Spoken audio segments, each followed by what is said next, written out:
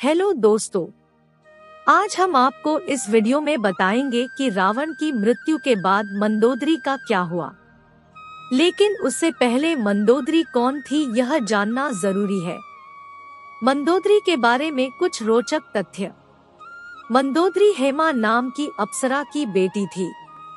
एक बार देवराज इंद्र की सभा में ऋषि कश्यप के पुत्र माया की दृष्टि हेमा पर गई और वह उस पर मोहित हो गए। माया ने हेमा के सामने शादी का प्रस्ताव रखा। शादी के बाद हेमा ने मायासुर की बेटी को जन्म दिया, जिसका नाम मथुरा रखा गया। अप्सरा की पुत्री होने के कारण मथुरा अत्यंत सुंदर और आकर्षक थी। जब मंदोदरी का विवाह हुआ तो उसके पिता मयासुर ने योग्य वर की खोज शुरू की, लेकिन उसे अपनी सुंदर पुत्री के योग्य कोई वर नहीं मिला। मयासुर ने मंदोदरी को रावण से मिलवाया।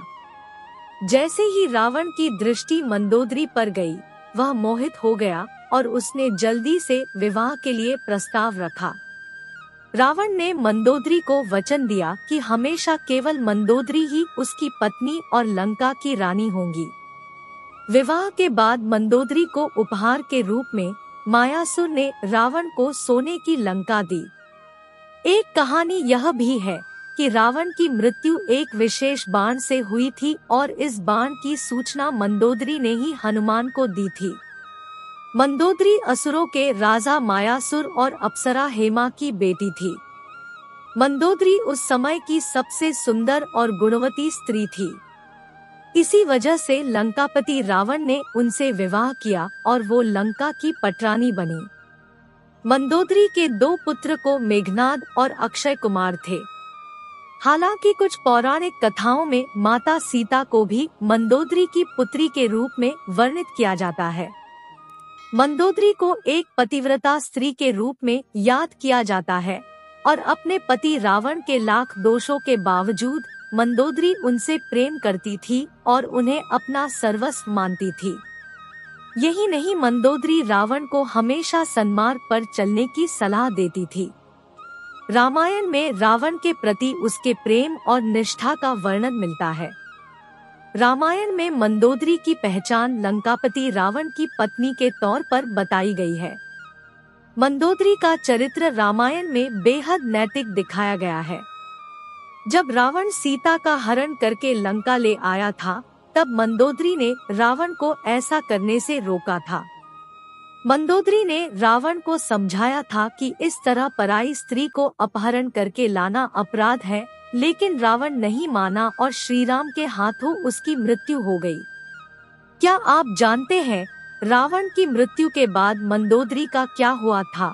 क्यों मंदोदरी को अपने देवर विभीषण से विवाह करना पड़ा? आइए जानते हैं।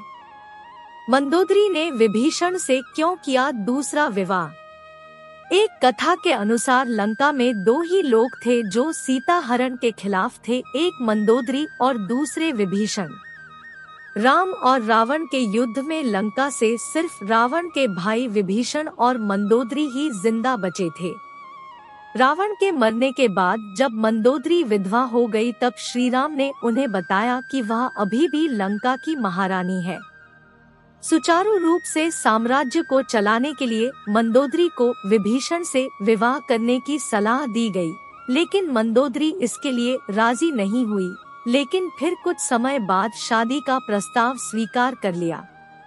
इसके बाद विभीषण और मंदोदरी ने लंका का राजपाट संभाला। हालांकि रामायण में इस बात का कहीं बहुत ज्यादा जिक्र नहीं है। एक दूसरी मान्यता के अनुसार रावण की मृत्यु के बाद मंदोदरी ने विधवा का जीवन ही स्वीकार किया और आध्यात्म में डूब गई। मंदोदरी ने अपना आगे का जीवन धार्मिक प्रथाओं के लिए समर्पित कर दिया। मंदोदरी ने मजबूरी में की थी रावण से शादी। पौराणिक कथा के अनुसार एक बार रावण मंदोदरी के पिता मायासुर के महल में गया था। वहां मंदोदरी को देख रावण उस पर मोहित हो गया। उसने मायासुर से मंदोदरी का हाथ मांगा, लेकिन मायासुर ने इनकार कर दिया। क्रोध में आकर रावण मंदोदरी को शादी के लिए मजबूर करने लगा। मंदोदरी जानती थी कि रावण उसके पिता से ज्यादा शक्तिशाली शासक है। इसलिए मंदोदरी ने रावण के साथ रहना स्वीकार किया। रावण से शादी के बाद उसने 2 पुत्रों मेघनाद और अक्षय कुमार को जन्म दिया।